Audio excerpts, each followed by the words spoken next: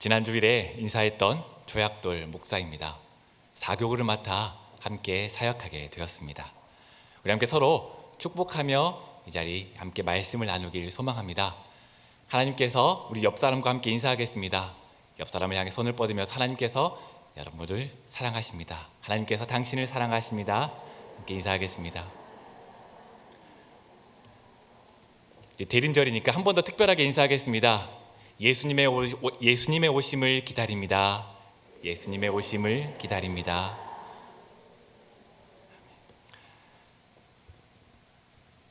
운정교회에 사역하기 위해 지난주 월요일 11월 29일이었죠. 지난주 월요일에 이사를 했습니다. 교회 가까운 곳을 찾아다니다 아주 좋은 곳 산내마을 구단지를 찾아 그곳으로 이사했습니다. 이사를 위해 월요일 아침부터 분주하게 아이들을 깨웠습니다. 보셨다시피 저에게는 2명의 딸이 있습니다. 한 명은 내년에 학교 입학하는 7살이고요. 한 명은 이제 말을 배워가며 사고뭉치인 2살, 2명의 딸입니다. 새벽에 일어나서 이사를 준비하겠다고 했지만 겨우 7시에 일어나 눈곱을 떼며 일어나서 이것저것 챙기며 이사 준비를 시작했습니다. 그런데 이게 웬일입니까?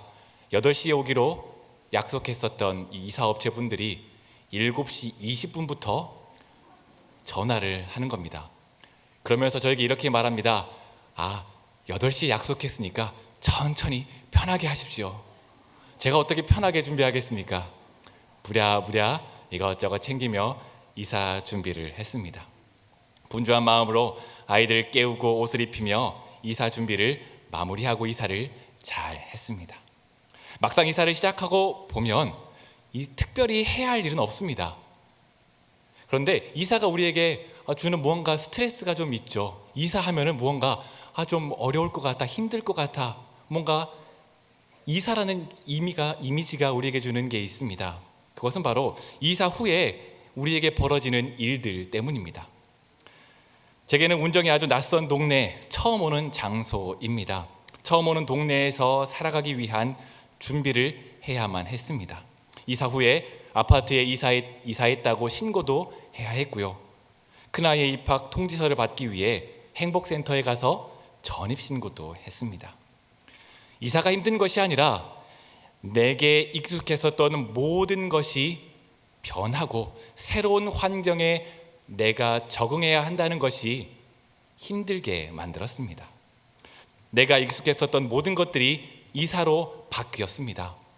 침대 위치도 바뀌었고요. 식탁의 위치와 그 모든 것들의 위치가 전부 뒤죽박죽이 되어 버렸습니다. 쓰레기 하나 버리는 것도 힘들어서 참 이것저것 헤매야 쓰레기를 버릴 수 있었습니다. 이처럼 내가 익숙했던 곳에서 벗어나 다른 새로운 곳으로 간다면 적응하기 위한 노력들이 필요합니다. 익숙했던 것을 벗어나 새로운 것을 받아들이며 새로운 규칙과 새로운 법칙을 수용하며 그것을 따라야 하기 때문입니다. 내게 익숙했었던, 내가 편하게 아무 생각 없이 했었던 그 모든 것들을 벗어나서 새로운 것으로 입는다는 것은 매우 큰 스트레스입니다. 우리는 새로운 것을 받아들이는 것보단 익숙한 것을 유지하는 것을 편안해합니다. 저만 그럴까요? 여러분도 마찬가지지 않을까요? 내가 놓았던 그곳에 반드시 위치해야 속이 시원한 분들이 있습니다. 집에 갔을 때 열쇠는 딱 이 자리에 있어야 되고요. 소파의 방석은 그 자리에 있어야 되고요. 리모컨은 그 위치에 있어야 되고요. 수건은 켜켜이 잘 쌓여져 정리되어야 하는 분. 저만 그런가요? 모든 것들이 제자리에 있어야 그게 편안함을 느낍니다. 제게 2살 된 딸이 있다고 말씀드렸죠. 그 아이의 옷만 정리해둔 서랍장이 있습니다. 그 아이의 옷을 입히겠다고 그 옷장을 열기만 하면 그 정리해둔 옷장을 그 딸이 그렇게 뒤져댑니다. 그리고 이것 입겠다, 저것 입겠다, 옷장에 정리된 옷을 끄집어 이리저리 가지고 돌아다닙니다. 그리고 제가 정리하겠다는 걸 굳이 본인이 정리하겠다며 꾸깃꾸깃 접어서 옷장에다 집어넣습니다. 그 모습을 보며 끓어오르는 호통을 속으로 삭히며 입으로는 잘했다고 칭찬하는 저는 아마 그 아이를 사랑하고 있는 것일 것입니다. 제가 왜 이렇게 길게 익숙함과 변화에 대해서 이야기를 하고 있을까요? 변화는 힘들기 때문입니다. 익숙함을 떠난 변화는 우리에게 어려움을 가져다 주기 때문입니다. 옷장에 가만히 있는 옷들이 바깥에 나왔지만 그것을 보고 가만히 있는 저는 분명 저는 그 아이를 사랑하기 때문일 겁니다. 여러분이 익숙하게 두었던 그 리모컨 그 자리에 리모컨이 없어도 상대방을 용납하는 건 분명히 그 사람을 사랑하고 있기 때문일 것입니다. 뒤부터 짜야 편한 치약이 앞부터 짜여져 구겨져 있어도 묵묵히 그것을 펴고 있다면 아마 상대방을 용납하고 있는 것일 것입니다. 요새 많은 사람이 소통하기 어렵다라고 말합니다. 유튜브를 보면 소통 전문가라고 하는 사람이 나와서 강의를 많이 하고 있습니다. 그리고 많은 사람들이 그 강의하는 것을 보고 좋아하며 열광하며 듣습니다. 왜 이렇게 소통에 대한 이야기를 하며 소통에 대한 전문가들이 나와서 강의를 하는 것일까요? 그것은 바로 소통이 어렵기 때문입니다. 내 말을 다른 사람에게 전하는 것이 어렵기 때문입니다. 또한 다른 사람의 말을 받아들이고 수용하는 것이 어렵기 때문입니다. 전문가의 도움을 받아야 할 만큼 이 소통이라는 것이 어렵기 때문입니다. 우리는 보통 이렇게 말합니다. 쟤하고는 말이 안 통해. 제가 하는 말 도통 무슨 말인지 모르겠어. 됐어, 그만. 상대방이 하는 말을 제대로 들어보지도 않은 채 대화가 되지 않는다고 성급하게 결론을 내릴 때가 참 많습니다. 여러분, 말이 안 통하는 게 당연한 겁니다. 나와 생각이 완전 다른 사람과 의사를 주고받는 행위는 원래부터 어려운 겁니다. 내가 생각한 내게 익숙한 생각과 나의 사고방식이 다른 사람의 생각과 사고방식과 다르기에 상대방과 소통하는 것은 원래부터 어려운 겁니다. 상대방과 소통하기 위해서는 익숙했었던 내가 옳다라고 생각하는 그 내 사고방식을, 내 기준을 잠시 내려놓아야 합니다. 내가 하고 싶은 말이 턱 밑까지 차올라도 그것을 참고 내려놓고 상대방을 기다려 주어야 합니다. 상대방이 나를 변하게 하도록 내버려 두어야 하기 때문에 소통이라는 것이 어렵습니다. 소통의 전문가인 한 학자는 소통에 대해서 이렇게 정의했습니다. 한 약속된 기호를 통하여 서로 메시지를 보내고 받아서 공통된 의미를 수립하고 나아가서 서로의 행동에 영향을 미치는 다양한 과정 및 행동이다 라고 말하고 있습니다. 말과 행동을 서로 주고받아서 너와 내가 생각하는 공통된 것을 이끌어내고 더 나아가 서로의 행동에 영향을 미치는 것, 이것이 바로 그 다양한 과정, 다양한 그 방법들, 그것이 바로 소통입니다. 내 생각이 옳다고 주장하고 그것을 강조하는 것은 결코 소통이 아닙니다. 서로 메시지를 주고받아 내가 상대방을 변하게 하고 상대방도 나를 변하게 하도록 내버려 두어 공통된 의미를, 서로 상대방의 상호 간에 약속된 공통된 의미를 이끌어내는 다양한 과정이 바로 소통이라는 것입니다. 여러분은 어떠십니까? 사랑하는 가족들과 잘 소통하며 지내고 계십니까? 목장 식구들과 운정교회 공동체 식구들과 잘 소통하며 지내고 계십니까? 만약에 그렇다면 잘 하고 계시는 것입니다. 어려운 분이 계신가요? 당연한 겁니다. 원래 소통이란 어렵습니다. 혹시라도 어려운 분이 계시다면 오늘 본문 말씀을 통해 함께 소통의 방법에 대해서 함께 나누어 보았으면 좋겠습니다.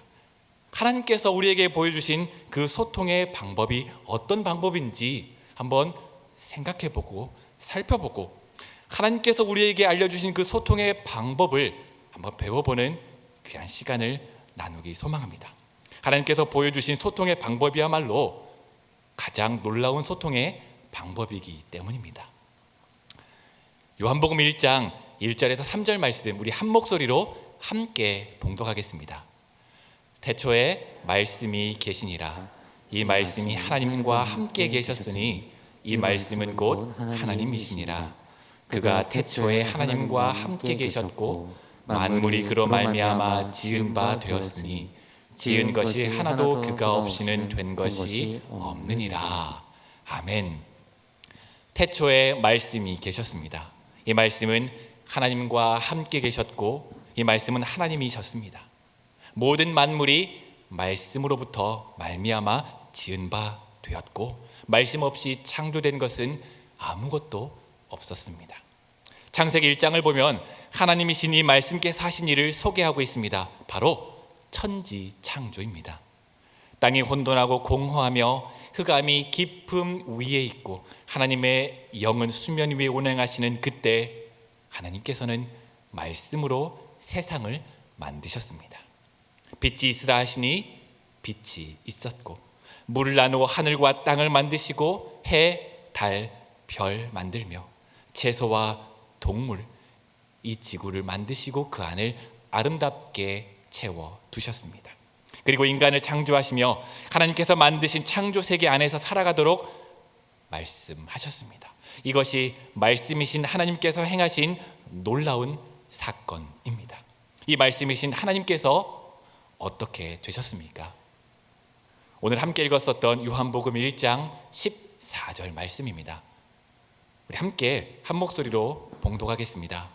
말씀이 육신이 되어 우리 가운데 거하심에 우리가 그의 영광을 보니 아버지의 독생자의 영광이요 은혜와 진리가 충만하더라. 아멘. 말씀으로 존재하셨던 하나님께서는 육신이 되어 우리 가운데 임하셨습니다. 우리는 이것을 성육신이라 부릅니다. 하나님께서 스스로를 버리시고 우리가 사는 세상으로 우리가 존재하는 이 세계로 들어오신 사건입니다. 하나님께서 먼저 스스로 존재하시던 그 모습을 벗고 인간의 몸으로의 변화를 받아들이신 복된 사건입니다.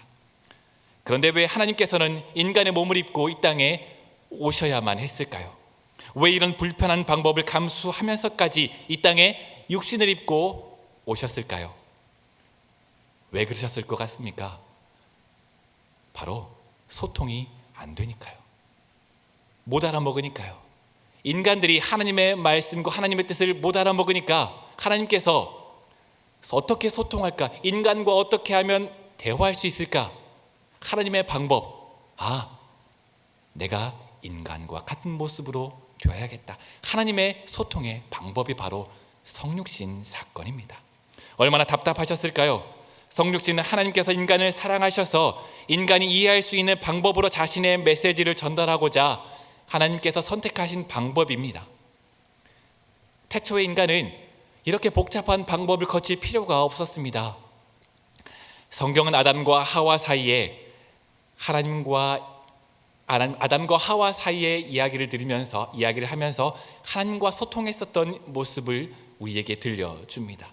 에덴 동산에서 하나님과 사람이 직접 소통하며 지냈습니다. 하나님께서는 동산을 거니시며 아담과 하와와 소통하기 위해 찾아오셨습니다.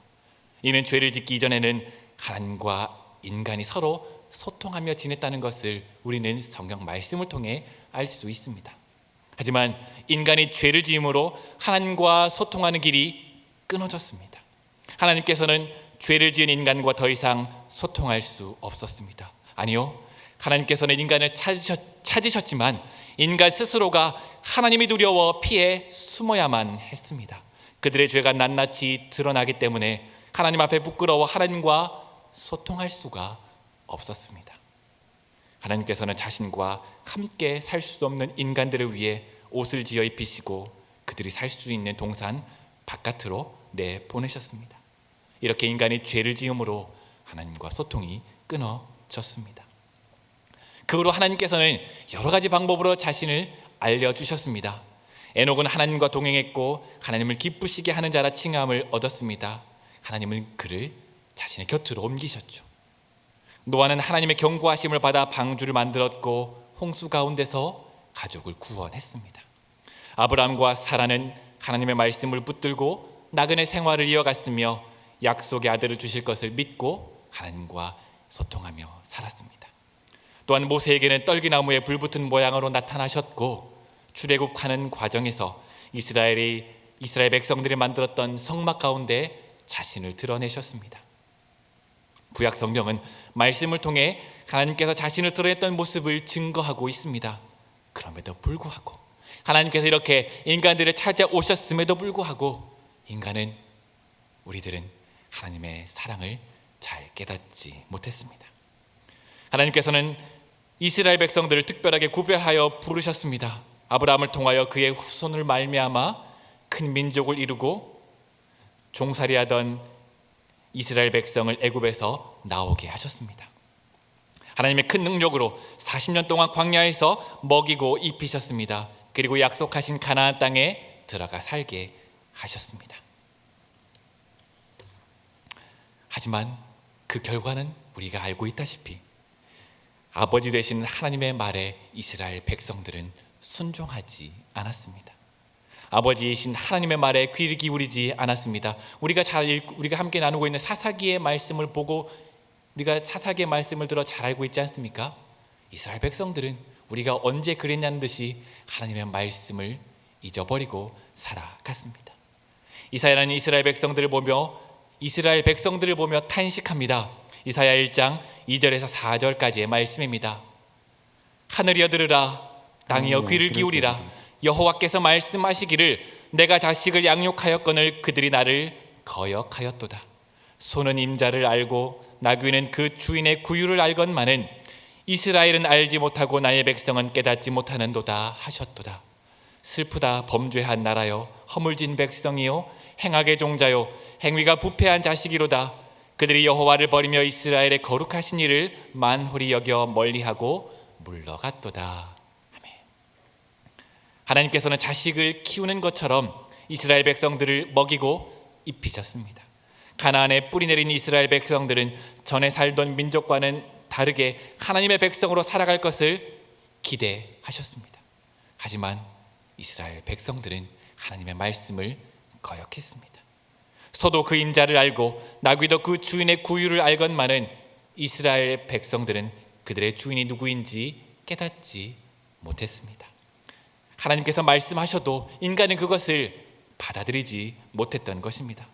이런 인간을 위해 하나님께서는 다른 방법을 사용하셨습니다. 그것이 바로 성육신 사건입니다. 인간의 몸을 입고 이 땅에 오신 것입니다. 하나님께서는 자신의 뜻을 깨닫지 못하는 인간들을 위해 이 땅에 육신의 몸을 입고 오셨습니다. 그리고 우리와 동일한 육신을 가지고 살아가셨습니다. 우리가 느끼는 모든 것을 느끼셨습니다. 밥을 먹지 않으면 배가 고프고요, 상처를 입으면 피가 나고 고통을 느끼셨습니다. 슬픈 상황에서는 눈물을 나며 분한 상황에서는 화를 내셨습니다. 우리가 느끼는 모든 감정을 느끼며 우리가 이해하는 방법으로 우리와 소통하시며 하나님 나라가 이것이다라고 우리에게 보여주셨습니다. 배고픈 그들에게 떡을 먹여 그들에게 보여주셨고, 오병이어 사건을 통해 자신이 생명의 떡이다라고 말씀해 주십니다. 병들고 아픈 그들에게 치유와 회복의 역사를 보여주십니다. 병들어 소망이 없는 사람들의 죄를 용서해 주셨습니다. 소외받고 고통받는 이들을 찾아가 그들도 하나님의 자녀다라고 말씀해 주시고 그들을 위로해 주셨습니다. 인간이 이해하는 방법으로 하나님의 나라를 선포하고 그들에게 하나님의 나라를 알려주셨습니다. 하나님께서는 하나님의 본체시나 하나님과 동등된 위치를 고수하지 않고 영광의 빛으로 존재하시는 자신을 비워 종의 형체를 가져 사람이 되셨습니다. 그리고 죄로 인해 하나님과 소통이 단절될 수밖에 없던 우리를 위해 이 땅에 오셨습니다. 아기 예수로 이 땅에 오셨습니다. 자신의 권리와 특권을 누릴 수 있는 하늘 보좌를 버리고 낮고 낮은 말 구유에 오셨습니다. 이 성육신 사건이야말로 하나님께서 우리를 위해 인간을 사랑하셔서 우리를 위해 우리의 방식으로 우리와 소통하기 위해 선택하신 하나님의 방법입니다. 하나님께서는 소통을 위해 하나님의 기준을 우리에게 요구하지 않으십니다. 우리를 사랑하셔서 우리에게 익숙한 아기로 오셨고 이 땅에서 살아가시고 우리에게 알 수 있는 언어로 우리에게 말씀해 주십니다. 하나님께서 우리를 사랑하신 방법입니다. 몇 년 전에 저희 집 첫째 아이가 돌쟁이 아기일 때 어떤 형의 가족을 만난 적이 있습니다. 그 형의 아이는 이제 5살에서 6살쯤 되었습니다. 그때는 이 돌쟁이 아기를 키우는 아빠의 마음으로 한 5살, 6살쯤 된 아이를 키우는 그 형이 참 부러웠습니다. 그래서 이렇게 말했습니다. 형, 한 저 5살, 6살쯤 되면 말 다 알아듣죠? 잘 소통하고 잘 이야기하죠? 라고 물어봤더니 그 형이 했던 대답이 너무나 인상 깊었습니다. 말은 통하는데 그렇다고 말을 듣진 않아. 아이와 소통하기 위해 어떻게 해야 됩니까? 아이라고 생각이 없을까요? 아니요. 아이들도 자신만의 생각을 가지고 있습니다. 아이들의 시선으로 세상을 바라보며 그들만의 시선으로 세상을 이해하고 있습니다. 그리고 그들만의 언어로 우리에게 표현하고 있는 것이죠. 우리는 부모가 된 우리는, 어른이 된 우리는 그 아이의 시선을 잘 이해하지 못할 뿐입니다. 아이의 소통의 방법을 잘 알지 못하는 것 뿐입니다. 그렇게 우리는 아이를 내 기준에 맞추려고 합니다. 내 기준에 맞추려고 합니다. 아이의 방법을 잘 모르니까 내가 아이처럼 아이의 방식으로 소통하려고 나를 낮춰서 아이를 기다려주고 아이의 말이 무엇인지 의미를 찾기보다는 아이를 내 방식에 맞추려 합니다. 그것이 빠르잖아요. 그것이 편하잖아요. 우리에게 익숙하잖아요. 설교 서두에 소통의 어려움에 대해서 제가 이야기했던 것 기억하십니까? 우리는 소통에 어렵다면 내가 익숙하게 생각하는 것을 내려놓고 상대방의 말을 기다려 주어야 합니다. 상대방의 말을 들어주어야 합니다. 상대방이 무슨 말을 하려고 하는지 듣고 기다려 주어야 합니다. 우리는 변화를 두려워합니다. 내가 가지고 있는 생각에 변화를 주는 것을 두려워합니다. 내가 알지 못하는 것을 받아들이는 것, 내가 잘 이해하지 못하는 것을 받아들이고 수용하는 것을 우리는 두려워합니다. 소통이 잘 안 된다고 생각하시는 분이 혹시라도 계신다면 내 생각만 상대방에게 강조하고 있는 건 아닌지 다시 한번 생각해 보십시오. 누군가 대화하다가 잠깐 됐고 내 말은 요거야. 혹시라도 상대방의 말을 끊고 내 말만 강조하고 있지는 않으셨나요? 혹시라도 누군가가 생각나신다면 생각나신 분이 소통의 어려움 겪고 있는 분 맞습니다. 소통에 어려움이 든다면 기다리십시오. 용납하십시오. 상대방의 입장이 되어 상대방이 나를 변화하도록 기다려주시고 상대방이 나를 변화하도록 내버려 두십시오. 하나님께서는 우리의 삶, 우리의 음식, 우리의 집, 우리의 어려움, 우리의 감정들을 받아들이셨습니다. 우리의 언어, 우리의 문화, 우리의 사고방식으로 하나님을 보여주셨습니다. 변화를 두려워하지 않고 스스로 변화의 소용돌이로 몸을 던지셨습니다. 우리를 사랑하셨기 때문입니다. 우리에게 자기의 자신의 사랑을 보여주시기 위함이었기 때문입니다. 우리는 지금 대림절 기간을 보내고 있습니다. 이는 교회력의 시작이기도 하며 예수님께서 이 땅에 오심을 기억하며 다시 오심을 기다리는 복된 절기입니다. 이 기간에 예수님께서 이 땅에 오심이 어떤 의미인지 진지하게 생각하길 소망합니다. 12월에는 우리는 어떤 생각에 사로잡힙니까? 저만 해도 올해 우리 자녀들에게 무슨 선물을 해줘야 되지? 산타 할아버지 대신 어떤 선물을 사줘야 되지? 저만 해도 이런 생각을 가지고 살아갑니다. 하지만 이 12월 25일 무슨 선물을 주고받을까? 이것에 대해서 생각하기 전에 예수님께서 오심이 어떤 의미이며 나는 이 사건을 어떻게 받아들이고 있는지 진지하게 생각해 보길 소망합니다. 하나님께서는 우리를 사랑하셔서 이 땅에 오셨습니다. 그것이 성육신 사건, 크리스마스 사건입니다. 요한복음은 말씀이신 하나님께서 육신을 입고 이 땅에 오신 놀라운 사건을 말하고 있습니다. 하지만 세상은 그를 알지 못합니다. 요한복음 1장 4절에서 7절 이렇게 말합니다. 함께 봉독합니다. 그 안에 생명이 있었으니 이 생명은 사람들의 빛이라. 빛이 어둠에 비추되 어둠이 깨닫지 못하더라. 하나님께로부터 보내심을 받은 사람이 있으니 그의 이름은 요한이라. 그가 증언하러 왔으니 곧 빛에 대하여 증언하고 모든 사람이 자기로 말미암아 믿게 하려 함이라. 아멘.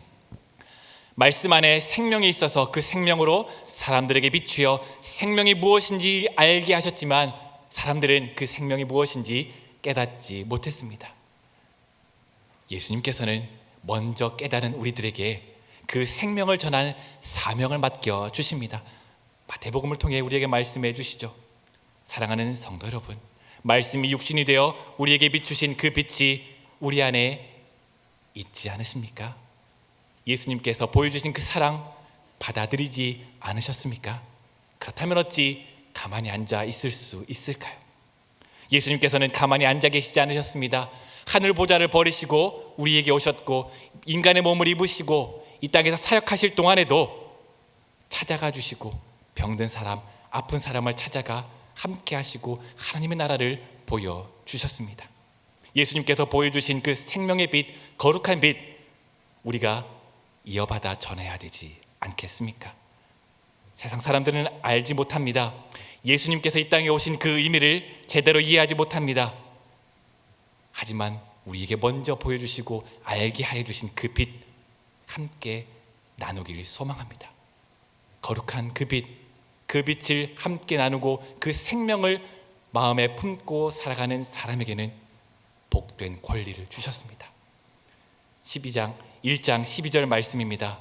영접하는 자, 곧 그 이름을 믿는 자들에게는 하나님의 자녀가 되는 권세를 주셨으니 이는 혈통으로나 육정으로나 사람의 뜻으로 나지 아니하고 오직 하나님께로부터 난 자들이니라. 아멘. 영접하는 자, 그 이름을 믿는 자들에게는 하나님의 자녀가 되는 권세를 주셨습니다. 하나님의 자녀로, 하나님의 복된 자녀로 이 세상을 살아가는 우리 운정교회 복된 성도님들이 되시길 소망합니다. 하나님의 소통을 기억하며 우리도 다른 사람들과, 세상 사람들과, 가족들과 소통하며 지내며 예수님께서 보여주신 생명의 빛을 함께 전하는 복된 삶을 살아가십시오. 기도하겠습니다. 우리의 생명이 되신 아버지 하나님, 감사합니다. 말씀이 육신이 되어 우리 가운데 거하셨습니다. 하나님께서 보여주신 그 소통의 방식을 깨닫게 하시니 감사합니다. 하나님, 예수님께서 이 땅에 나를 위해 오셨음을 기억하며 그저 1년에 한 번 있는 행사로 지나가는 것이 아니라 예수님께서 나를 위해 이 땅에 오셨으며 하나님이 나를 사랑하시며 하나님의 사랑의 방법이 아기 예수님임을 기억하며 나도 다른 사람과 소통하며 지내기로 결단할 수 있도록 하나님, 우리 마음에 함께하여 주옵소서. 하나님, 하나님께서 주신 그 생명의 빛, 거룩한 빛, 그 생명을 마음에 품고 전하며 살아가길 소망합니다.